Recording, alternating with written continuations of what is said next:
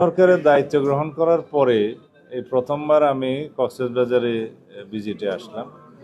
জেলা আইন শৃঙ্খলা কমিটির মিটিংয়ে অ্যাটেন্ড করলাম। এখানে অনেক কিছু সিদ্ধান্ত আমাদের হয়েছে, এটা প্রতি মাসেই হবে। আজকে যে গুরুত্বপূর্ণ সিদ্ধান্ত হয়েছে তা হলো আমরা কক্সবাজার সমুদ্র সৈকতকে একটা শৃঙ্খলার মধ্যে নিয়ে আসব এবং এখানে সমস্ত অবৈধ যে স্থাপনা বা অস্থায়ী স্থাপনা যেগুলো হয়েছে এগুলো এক সপ্তাহের ভিতরে ক্লিন হবে। জেলা প্রশাসনের নেতৃত্বে, বিচ ম্যানেজমেন্ট কমিটির নেতৃত্বে। বিচ ম্যানেজমেন্ট কমিটি এখনো গঠিত হয় নাই, নতুনভাবে গঠিত হবে। আর এখানে স্থানীয় সংসদ সদস্য জনাব লুৎফর রহমান কাজল সার্বিক সহযোগিতা করবেন এবং জেলা প্রশাসন আর পুলিশ প্রশাসনকে আপনারা সাংবাদিক বন্ধুগণও সহযোগিতা করবেন বলে আশা করি। কারণ আমাদের অহংকার হচ্ছে আমাদের কক্সবাজার বিচ। সারা বাংলাদেশে একটাই জায়গা আছে ভ্রমণের জন্য নাম্বার 1 তালিকায়, সেটা কক্সবাজার সমুদ্র সৈকত। এটাকে আমাদের জাতীয় এবং আন্তর্জাতিক মানে আমাদের উন্নত করতে হবে।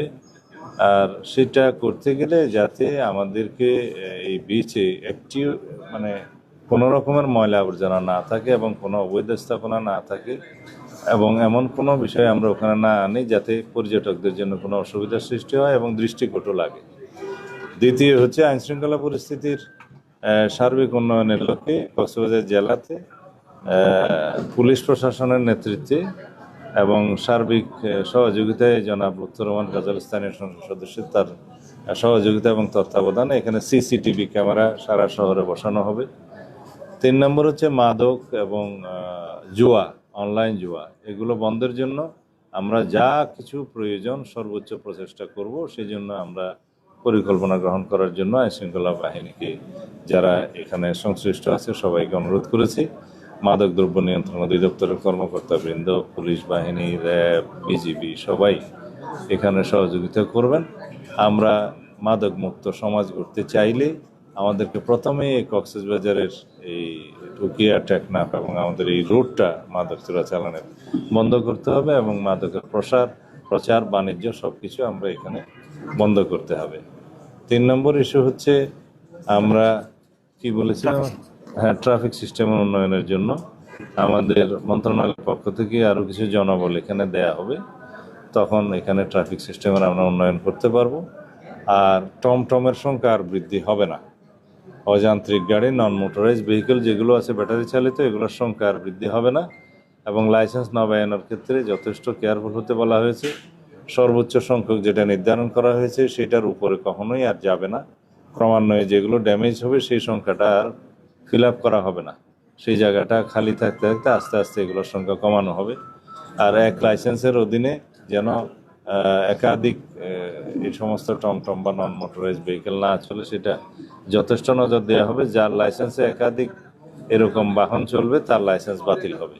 এইভাবে একটা সুশাসনের মধ্যে নিয়ে আসতে হবে। আর গরিব মানুষরা যাতে কষ্ট না পায় সেই দিকটাও আমরা লক্ষ্য রাখবো। এর বাইরে আরও অনেক কিছু আমরা সিদ্ধান্ত নিয়েছি যেগুলো আপনারা জানতে পারবেন। জেলা প্রশাসনের পক্ষ থেকে এগুলো রেজলিউশন আকারে প্রচার করা হবে।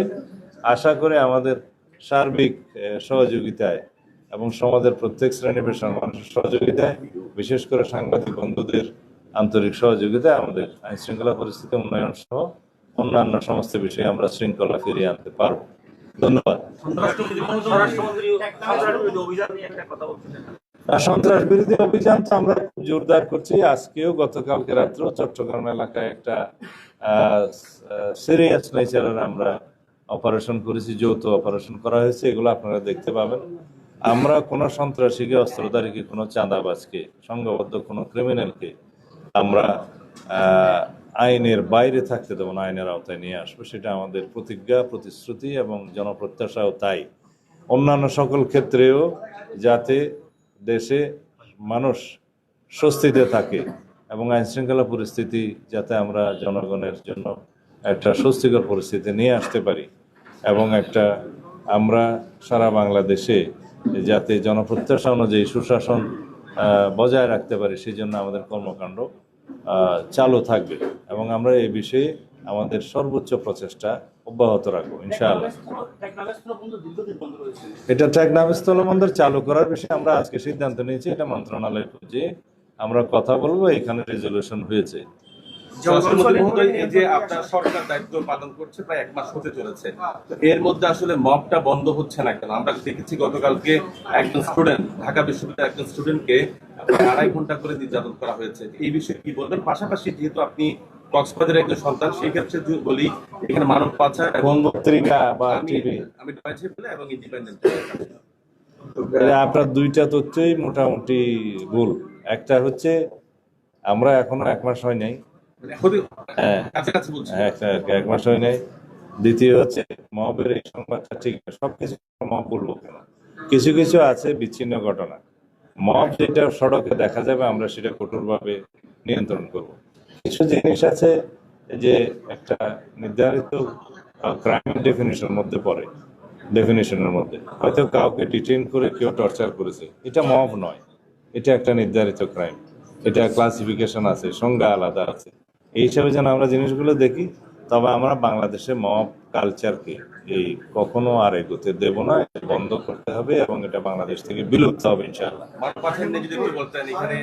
এটা অন্যান্য ক্রাইম যেভাবে হ্যান্ডেল হচ্ছে সবকিছুর জন্য টুলস আছে, আইন আছে, অথরিটি আছে, সেগুলো সেভাবে দেখা হবে।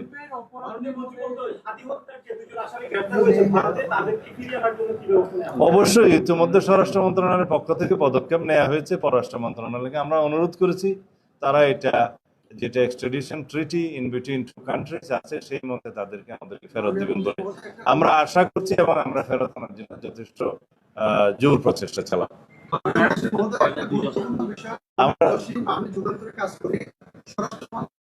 বিভিন্ন সময় মাদক যারা মাদক সেবনের কাছে এটা তালিকা করা হয়েছিল অতীতে, পরে দেখা গেছে এই তালিকাটা খুবই হাস্যকর হিসেবে পরিচিতি লাভ করেছে এবং নানাভাবে বাণিজ্য হয়েছে অতীত সরকার। আমরা এগুলো ঘোষণা দিয়ে প্রকাশ্যে তালিকা করব না।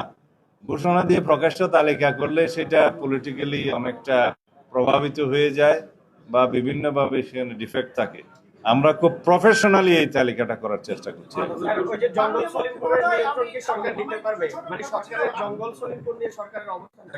আমি জঙ্গল সলিপের অপারেশনটা নিয়ে এখনো পর্যন্ত আপ টু ডেট নয় হওয়ার পরে, যেহেতু আমি এখানে চলে এসেছি, যাওয়ার পর আমি বিষয়টা দেখবো আর কি করা লাগে না লাগে, কতটুকু অগ্রগতি হয়েছে আপনারা জানবেন। ধন্যবাদ। আমার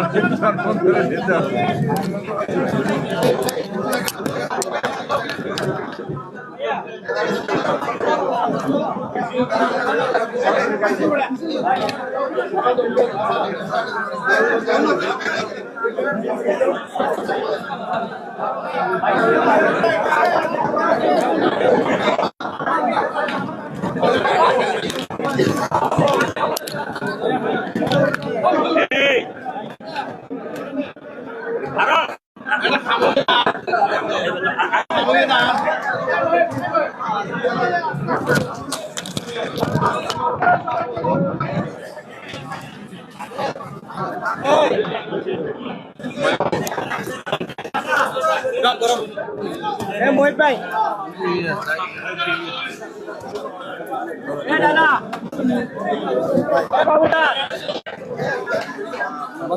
দর্শক এতক্ষণ বক্তব্য রাখছিলেন স্বরাষ্ট্রমন্ত্রী সালাউদ্দিন আহমেদ। তিনি বক্তব্য শেষে এখন সার্কিট হাউসের উদ্দেশ্যে রওনা দিচ্ছেন এবং এর